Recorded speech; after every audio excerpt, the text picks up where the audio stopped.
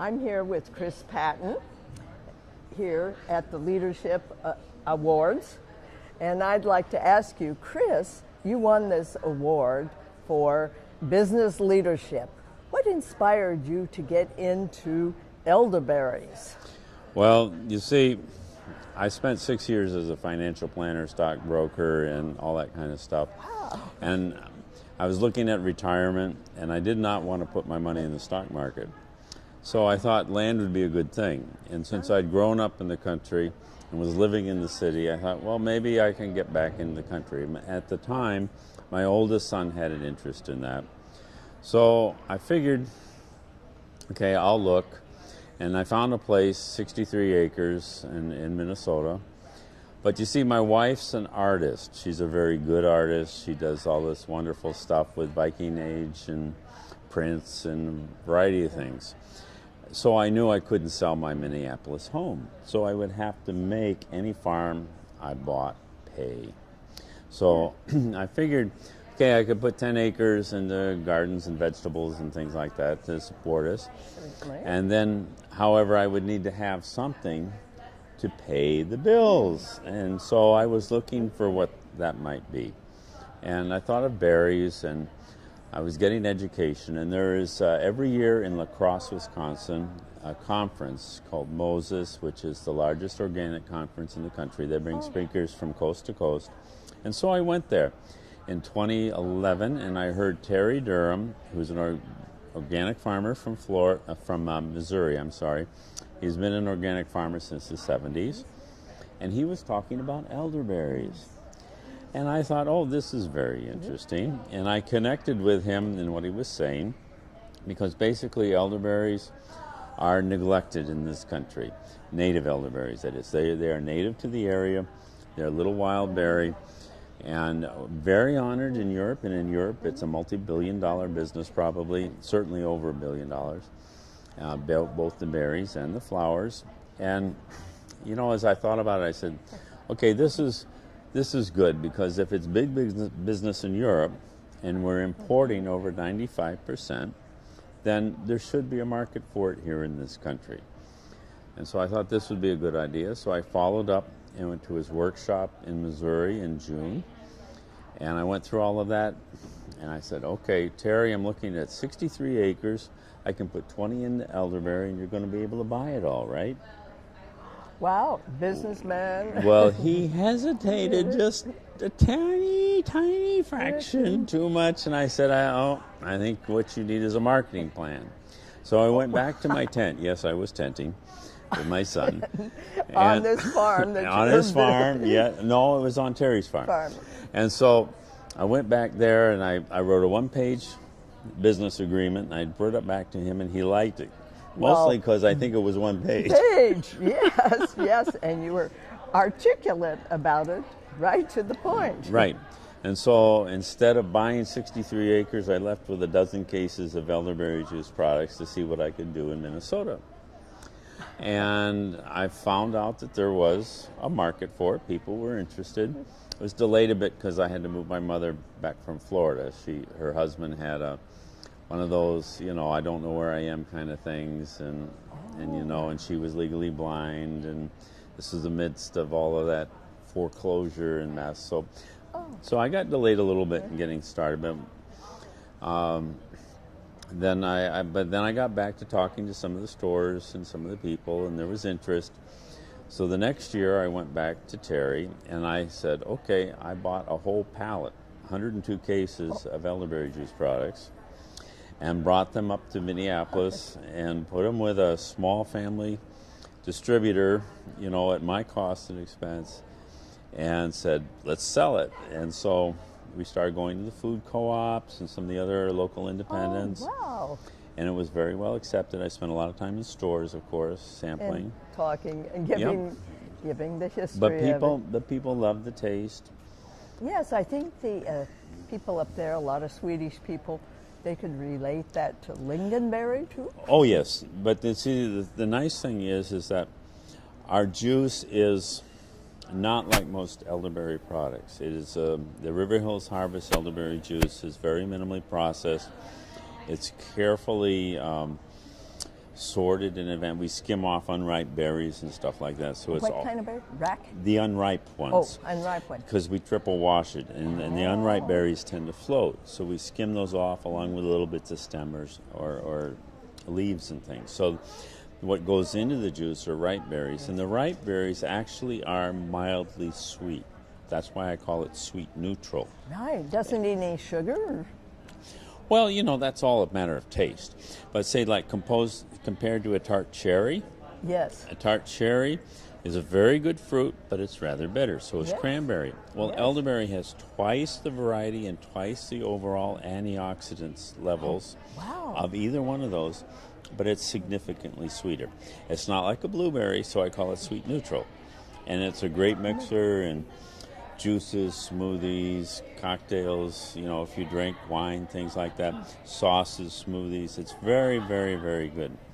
And so that started to take off, and I started recruiting growers up in Minnesota, first with Terry's help and then on my own. And my partner, Paul Otten, who is like 30, 40 years in the berry business, president of the American Bramble Association. He exported. Bramble.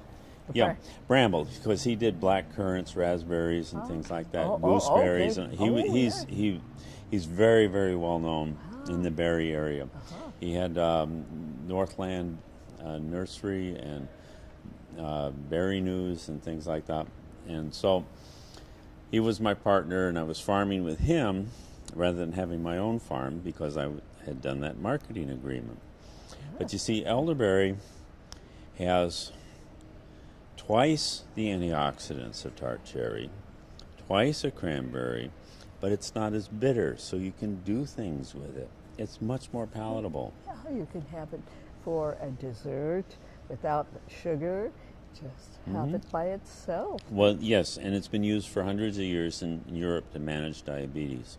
Oh, wow. Yes. This is great. And then the University of Missouri has done a lot of research, which I have on our website, midwest-elderberry.coop. I have the research so people can do it themselves, the original papers, or excerpts of the researchers' words where I didn't have permission to do the whole paper.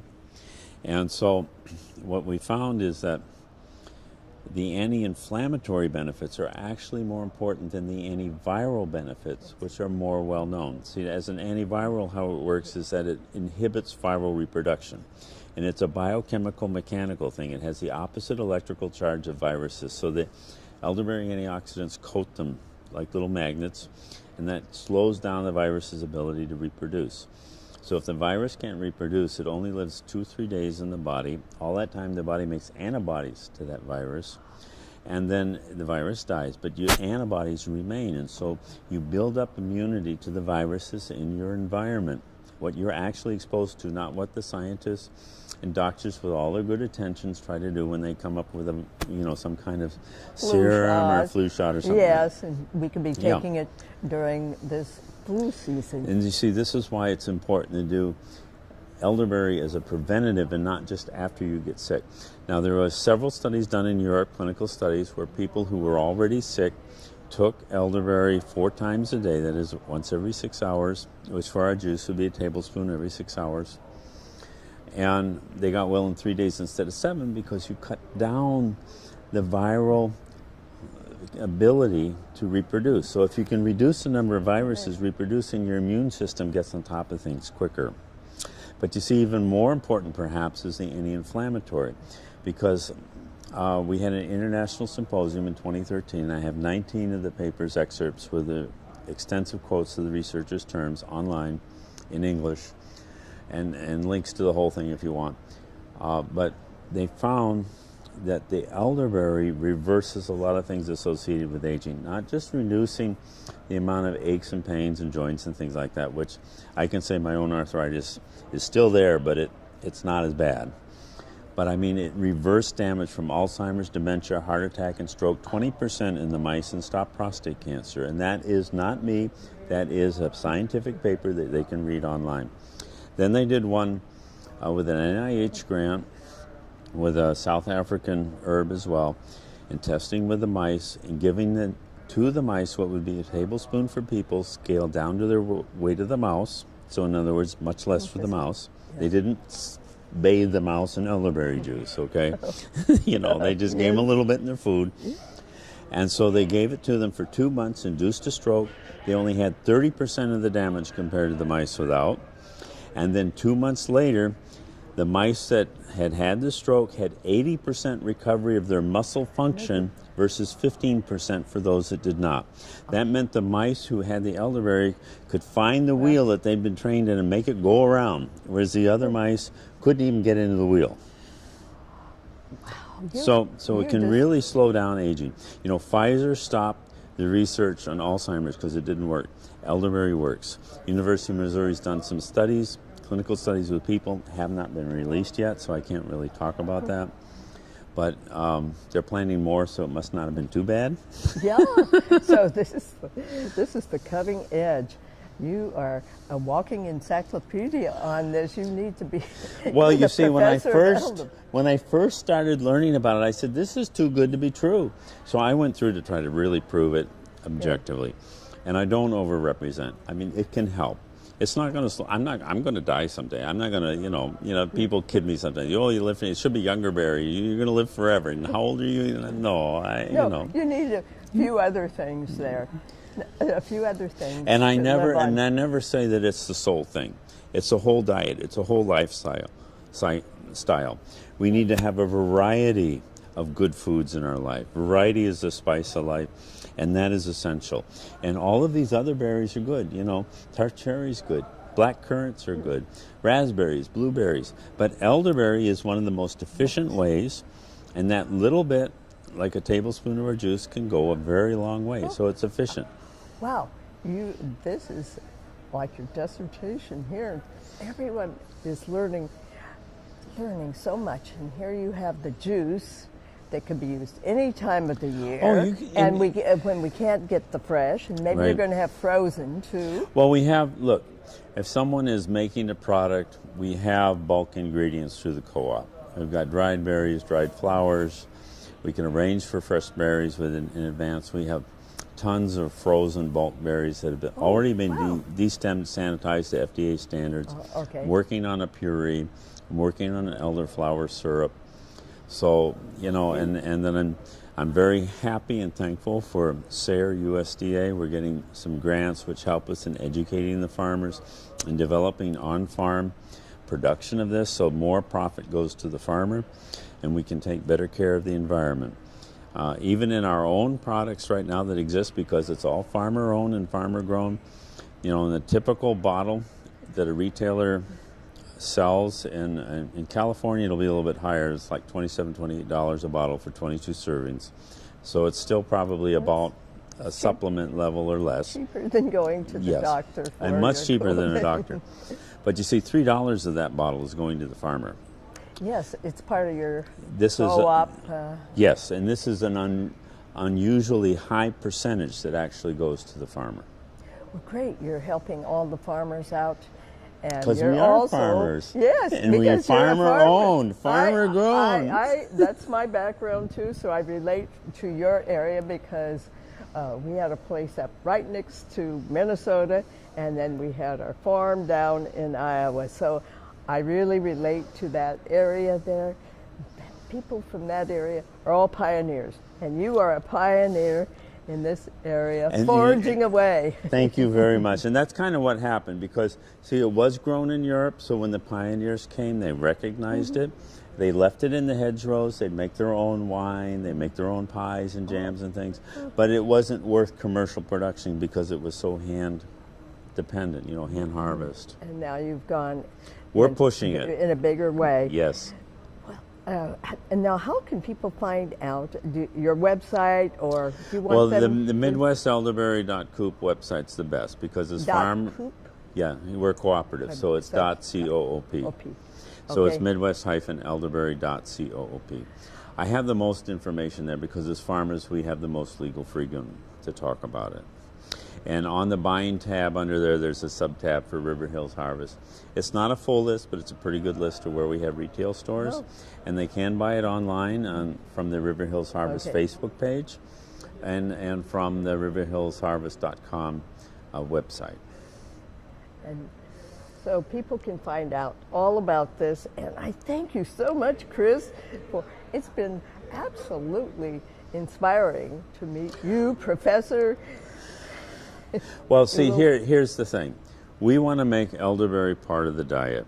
If 1% of the population can consume elderberry more than once a year, we can support 25,000 acres. Well, actually, it's 22,500 acres is what I came up with. And I have a lot of reports online. Everything is very open. We're very open. I'm really excited to learn more about this, and this will be a sweet way to have, instead of those tart cranberries. Yeah, and we have a product called the Health Cordial, and a lot of people say that reminds them of Swedish glögg. Oh, yes, I'm pure Swedish, so this would be a lot better. And I'll tell the Swedish it's domestic to serve honey this at their special Christmas event. Yeah, it's domestic honey, elderberry juice with a little cinnamon and cloves. It's really nice. Oh, that sounds great. Oh, it's wonderful. Thank you so much, Chris. It's really, we're both so enthusiastic about this. And it's native. It's our own. That's the main thing. Yes, native to that Yeah, area. see, they're wild. They're actually all just selected out of the wild. We just put them in a field so they won't run away. Okay. Well, it sounds like they are just so superfood. Yeah, they are true superfruit. I think the term is overused, but with elderberries having about 3 times the antioxidants of a blueberry, a acai, 4 times a goji, twice a cranberry or tart cherry. Goji too. Oh, okay. Yeah, it's the only thing that is slightly higher is the aronia or chokeberry, but that's so much more bitter. It's hard for people to use. That may be your next No, it's a good fruit. one. It's a good fruit. We grow that too, as well as black currants and things. Wow. We need variety. Variety Yes, is important, but variety. elderberry is far more palatable and easier to work with. Oh, that's a good point. So, thank you again, Chris. Thank you.